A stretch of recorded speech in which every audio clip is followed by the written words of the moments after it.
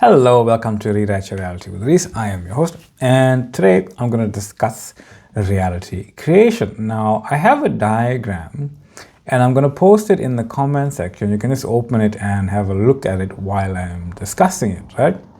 So here we go.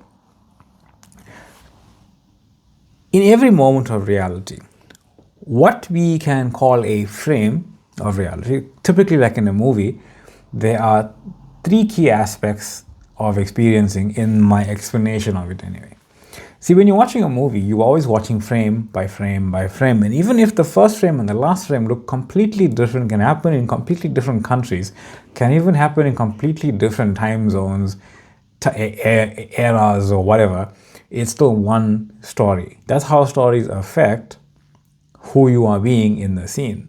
Because a character at the end of the movie can become aware of something that happened 100 years ago and still have an effect of creation on that person, but they are creating the idea in the frame, not 100 years ago. It's a bit of a complicated story there, but let's go. Right? So I broke it down into 3 points. Point A, actor. Point B, background. And point C, consciousness. I'm going to go through them now, right? Point A, actor. This is the version of you that appears physically in the frame, your body, personality, and history, and your future dreams and aspects of yourself in the frame that you're currently experiencing. And the frame is not limited to what you're seeing in the physical reality, it is what you are aware of in every moment, right? Your imagination is also part of the frame, right? The frame of your awareness. Everything in your awareness is part of your frame in any given moment, right? So point B, the background. This is everything else in the frame, everyone else, every other object, every other environment, every event that happens. And in your imagination, you can see that you are the one that is giving consciousness, beingness, fullness, light, whatever you want to call it, to everything in the frame. But what we tend to do, and this is kind of like blending and revision here, is that we imagine how something went. Like if you imagine yesterday, and you can feel your own need to do this sometimes. You imagine yesterday and you imagine what happened yesterday. And you try to actually remember it the way that it went. And everything is telling you to remember it that way, right? People in your world may even say, no, this happened yesterday, right? And that's fine. You're kind of just going along with the flow of things. You're not trying to change your perception of yesterday, right? You're not trying to hold on to it either. Here's the thing. It doesn't matter what you perceive to have happened yesterday, but if you can drop the holding onto it by remembering that what you are imagining, you are trying to imagine it correctly. That's why sometimes when someone tells you something happened yesterday, it doesn't necessarily ring a bell quite often, right? You think, I don't remember that. But it's because reality creation is simultaneously experiencing any kind of yesterday that is applicable to you now, right? So here's the thing. Remember any event that happened yesterday and realize you are consciously trying to remember it correctly.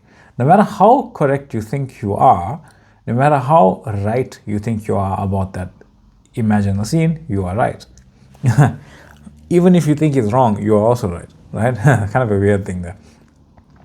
So when you are imagining it, just stop the scene. Like it's your scene, it's your consciousness giving life to it. Stop the scene and let everything just stand still and look at you or play with it, right? Imagine things going differently. And then you'll realize your imagination is actually unlimited in how it remembers anything, right? So what do you prefer your yesterday to have been? That's remembering it right. Because when you realize no memory of any event, of any moment, of any experience, of any yesterday is actually more correct than any other way you are remembering it. But we try to remember it in a more applicable way to what we think happening yesterday. Just anything you like. If you had a conversation with somebody yesterday, remember the conversation to a certain halfway point. Then remember the conversation stopping. Remember that person looking at you and just waving. You see, you can remember it any way you like. But here's the next thing. Saying, no, but they didn't do that. Okay, you didn't experience that physically. but it's not invalidating what you did remember, because now you can see, instead of creating a new memory and living from that new version of yourself, you are attempting to recreate it in a way that you think is correct. You see, you're starting off with, I want to remember something correctly. I think it went like this, more or less. This is how I genuinely remember it. And then you are living from the old version of you over and over and over again. You can do this with anything, right? You can do this with anything. And I'm not saying that other version doesn't exist. I'm not saying the thing that you experience doesn't actually exist. It only exists in your experiencing of it, but it was an experience that you did have. That's okay, right? That's perfectly fine. But just do that again, right? Remember any conversation, right? Remember any conversation and then stop the conversation halfway and then just wave at them or do something random in the thing. And realize how much control you are giving this need for you to remember how correctly something was, right? When you drop the need to be correct about what you are imagining and realize my awareness is reality, because whatever I am imagining is simply true, as well as any other truth I want to remember, then you start moving forward as a new identity, or rather you realize you are moving forward as a new identity each time. Because no matter how often you try to recreate a memory correctly, you are recreating it then and there as to what you think happened, but you are going forward as that identity that you have now created. It doesn't matter if it's reflected in any kind of way or not, right?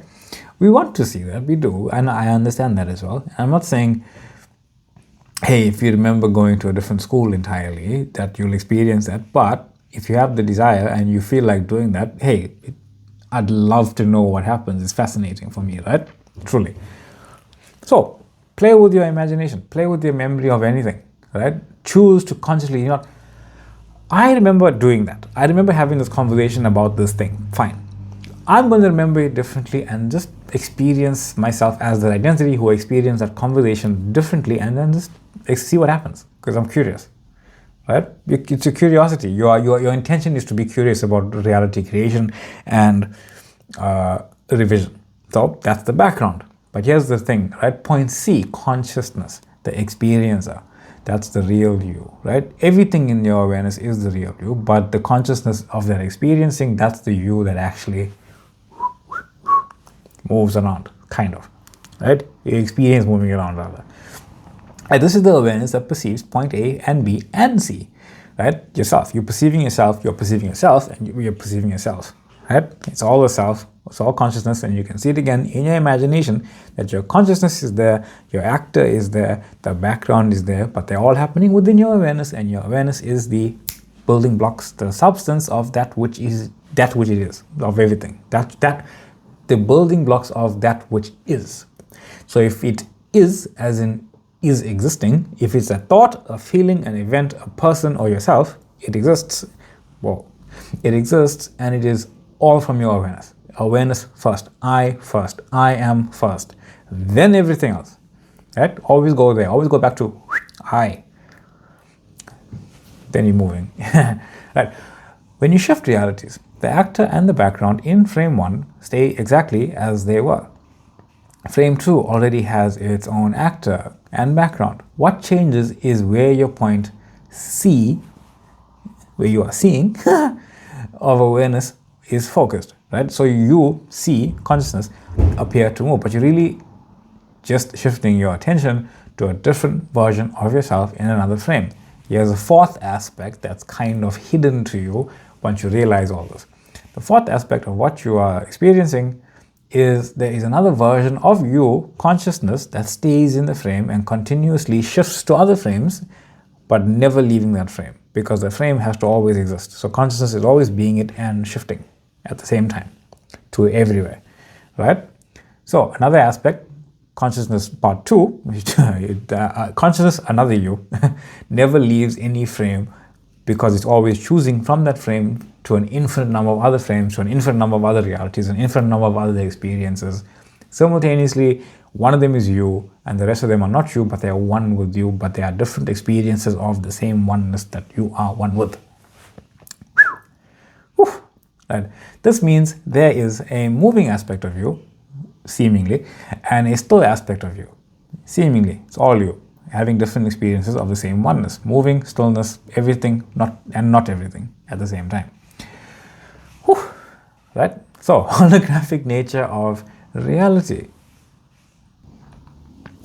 Holographic nature of reality, right? So, reality is holographic because each object and each frame contains the potential and entirety of all other objects and frames and basically reality. Now, here's what I mean by this. Pick anything in the room, anything in your room, anything where you are. Realize that thing that you're looking at is infinity, presenting itself at whatever it is being presented as, and anything next to it is also infinity, presenting itself as the thing that is next to it, while being everything, because it's giving itself context and everything else context by not being it, right? So, 2 pens, red pen, black pen, right? This is infinity being a red pen. This is infinity being a black pen. Both are infinity. Both are the same energy. That is an elephant, that is a lion, that is a building, that is the ocean, that is the sun, that is the moon, that is a planet, that is Africa, that is America, that is Europe, that is Australia, that is Brazil, that is South America, right? Asia as well. Doesn't matter. All of it is the same energy, but that same energy is presenting itself as something else to give the thing next to it and everything else context. You see, this red pen is also, this black pen is also that red pen. But it's not being the red pen, it's being the black pen. But it contains everything about everything. That's what everything is. Everything is everything containing everything. That's what you are, right? You are everything containing everything. Even your body kind of works the same way, right? Your body manifests in the same exact way. If you take some DNA from you, it has the actual blueprint of your entire being in it, right? That's how our body works. Every part of our body contains the information about every part of the body. So every part of reality contains the information about reality. It's only information, and we have this idea of something bigger and smaller has to contain different amounts of information. Not necessarily, right? That's not how reality works. Reality is just whatever the hell it wants to be. Honestly, right? So, and this is why life feels like a timeline sometimes. Because reality works with ideas, right? There's not more idea because something is bigger. Like that whole thing with Abraham Hicks talking about a castle and a button. There's not more reality in a castle and more reality in a button. It's just a different reality, right? The idea of human includes baby, child, adult, old, death. That is the story of a human. You are experiencing a story, not a moment, a story. Consciousness explores the whole idea by moving through it in a linear sequence. Right? So that's the diagram of this thing. And remember this as the takeaway, right? Consciousness is everything. Being A, being B, being both C's of consciousness and splitting off into whatever it is, right? But both the consciousnesses that you are the same one, but you're only experiencing one point of view of it. Movement is only a shift of focus, right? So that was the explanation of that picture. I think I covered most of it. I want to say. I think. So, if you have any questions about that, it's a very simple explanation about reality creation, but I think it's very apt. It's basically quantum jumping, is what we consider quantum jumping, moving your awareness to another part. That's it. I know everyone has this massive, huge explanations about this and about that. I have them too somewhere. I can explain them like that too somewhere as well. But I thought this was very refined. Somebody emailed me, wonderful person emailed me, and one of the questions was, can I explain how consciousness can be everywhere and everything all at the same time while also shifting and being that, and explaining reality creation with diagrams and stuff like that. So I just said, okay, I'll answer it in a video. Hopefully they see it. I'm sure they see it. And I thought it was really good for everyone else to see it as well in a very succinct, simple way. I know what is actually going on. It is actually very simple, right? Everyone makes a big deal about things. And here's the thing. When we affirm that I am wealthy, you can consider that frame one. That is an experience of I am wealthy. When you say I am healthy, you can consider that frame two. And here's the next jump. I am healthy, wealthy, free, and I'm in love. God doesn't get confused what frame you are calling for. That is just a frame. that is a frame of reality, right? A frame of reality is that idea, because God works in ideas. So when you're saying, I am healthy, wealthy, free, and in love, I am fulfilled, I am whole, I am the experiencing of the absolute and utter divine abundance of infinity that I am, whew, that's the frame of reality you are calling forth as your physical experience of that idea right now. That's what's unfolding. Even if you can't see it, just know that because I have called it forth, because I have called forth that assumption, in the assumption that it exists as that assumption, that I will not only recognize it, but I'm calling it to be recognized by me. That's what your reality is. Right. Anyway, thank you for the comments. Thank you for liking. Thank you for the subscribing. Thank you for the following. New people every day. Much love, much light to you, new people. Grateful. Love and light to you. Facebook group available. Quite a few people joined yesterday as well, or this morning, can't remember. And it doesn't matter. Thank you for joining, truly. If you want to join, ask questions in the community, you can. People answer, I answer as well. You can email me if you want to say and ask things directly, personal things. That's all good. TikTok page available if you want to ask me things there, and check out other forms of content that are there as well. That being said, much love, much light, and I'll see you all in the next one. Just let me know if the picture doesn't pop up for some reason. But anyway, bye. It should be in the comments below.